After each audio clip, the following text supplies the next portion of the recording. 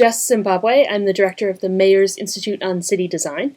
It's a 22-year-old organization. We work with mayors from around the country to teach them about urban design and development.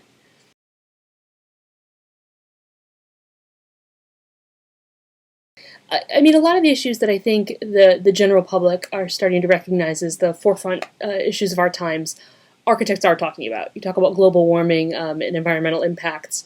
Talk about worldwide inequities and the spread of poverty in third world nations, and that's something that's relevant to the everyday person, and the architectural profession in some ways at least gives lip service to those issues. I think that architects in general, a lot of architects in the way that they practice, haven't really gotten out of some very old-fashioned and status quo models for the market in which they practice. The way we train architects in school and in early stages of their profession make them very versatile. A lot of architects have a lot of skills to bring to these very complex issues, global poverty, global warming. But then once you sort of get into this model of traditional professional practice in the United States, it ends up putting these very talented, very creative, very multifaceted people in a position where they're just in service of a client. So the client identifies the need, the client identifies the location, the geographical place where this building or thing will be. The client identifies the requirements, has the funding in place, and then the architect comes in at that point. And so you're having, I think in some ways it's a lot of a waste of a lot of the great variety of skills that people who are trained to think creatively have. So I think architects really need to sort of reinvent how they play in that market so that they have a little bit more say further up market about decisions about where and what and when things get built and how they're financed. So that their skills are put to use in earlier phases of identifying and solving problems rather than just sort of identifying where the cornice line will be once somebody else has already located the building. I mean, some architects are getting into development, real estate development, and I think that's a useful model. You see Shop Architects project in New York. I mean, it's a very small and it's a single example of a very custom project, but it's beautiful. But I think that shows that the skills of a creative thinker can be applied earlier in the process and can dramatically impact the outcome. You know, they used prefab to make something beautiful, try and keep it affordable. And that's not the typical way that the field practices.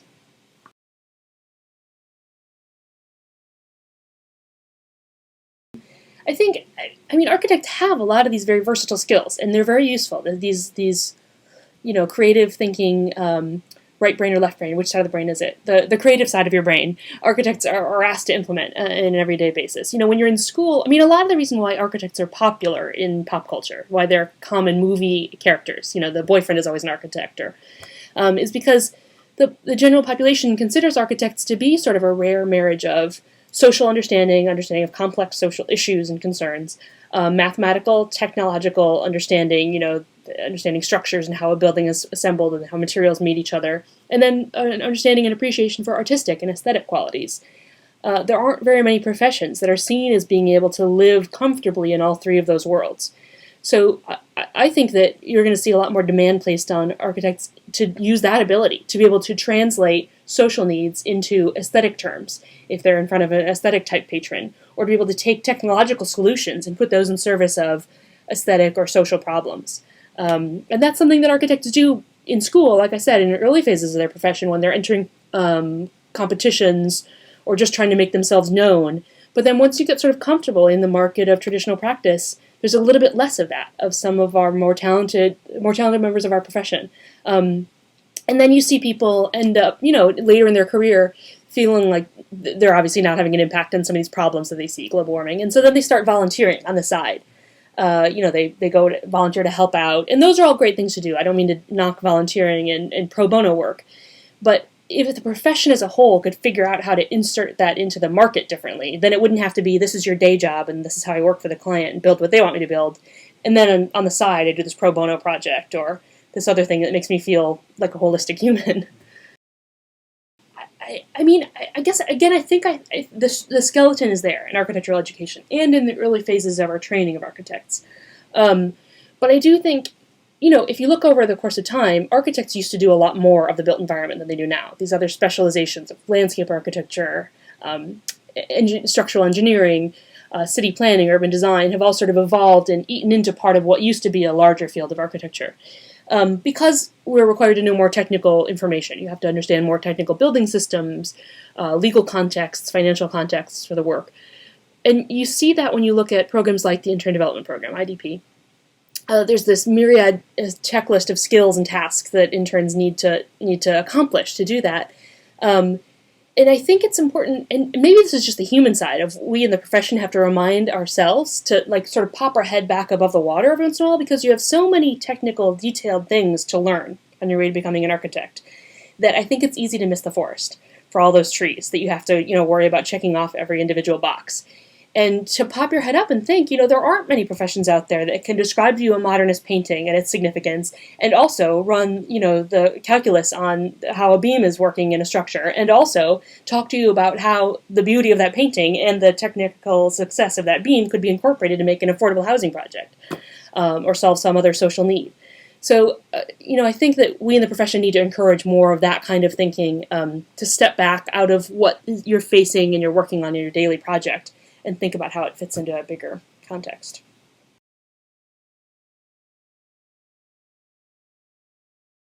I think that our society gives young people a little bit more liberty to ask the quote-unquote dumb questions.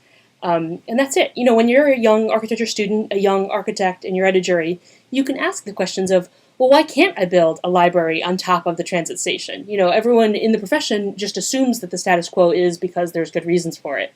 And so I think that kind of young energy and the flexibility our society gives, puts that burden on students. They should be asking those kind of questions. They should go to public meetings and ask, make demands of designs and developments that are happening in their community. And back to the IDP program, because that's sort of a metric that every young person who enters our profession now has to provide. So I like to think of that as a model of, are we including the right things in that?